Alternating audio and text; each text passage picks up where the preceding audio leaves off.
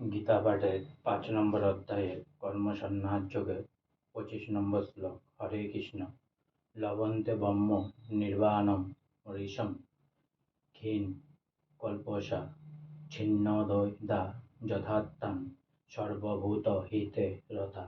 লবন্তে মানে লাভ করেন, ব্রহ্ম নির্বাণম ব্রহ্ম নির্বাণ, ঋষয় মানে ঋষিগণ, ক্ষীণ কল্পসা মানে নিষ্পাপ, ছিন্ন মানে ছিন্ন করে, দ্বৈতা মানে দ্বিধা, যথার্থং মানে সংযত চিত্ত, সর্বভূত সমস্ত জীবের, হিতে মানে কল্যাণে, রতা মানে রত। অনুবাদ: সংযত চিত্ত সমস্ত জীবের কল্যাণে রত এবং সংশয়রহিত নিষ্পাপ ঋষিগণ ব্রহ্ম নির্বাণ লাভ করেন। তাৎপর্য: যিনি সম্পূর্ণভাবে কৃষ্ণ ভাবনাময়, তিনি কেবল পারেন সমস্ত জীবের মঙ্গল সাধন করতে।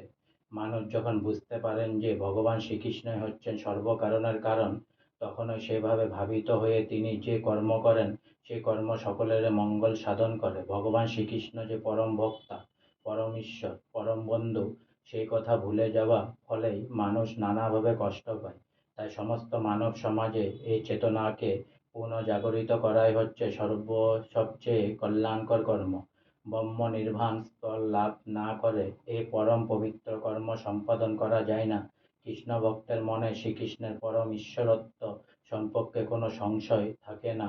তার মনে কোনো সংশয় থাকে না, কারণ তিনি সম্পূর্ণরূপে পাপমুক্ত। এটিই হচ্ছে দিব্য ভগবৎ প্রেমের প্রকাশ। যে মানুষ কেবলমাত্র মানব সমাজের জাগতিক কল্যাণ সাধন করার কাজে রত, সে প্রকৃতপক্ষে কারো কল্যাণ সাধন করতে পারে না। বাহ্যিক দেহ ও মনের সাময়িক উপশম কখনোই শান্তি দিতে পারে না। জীবন সংগ্রামের সমস্ত দুঃখ কষ্টের যথার্থ কারণ হচ্ছে ভগবানের সঙ্গে জীবের নিত্য সম্পর্কের চরম বিস্মৃতি।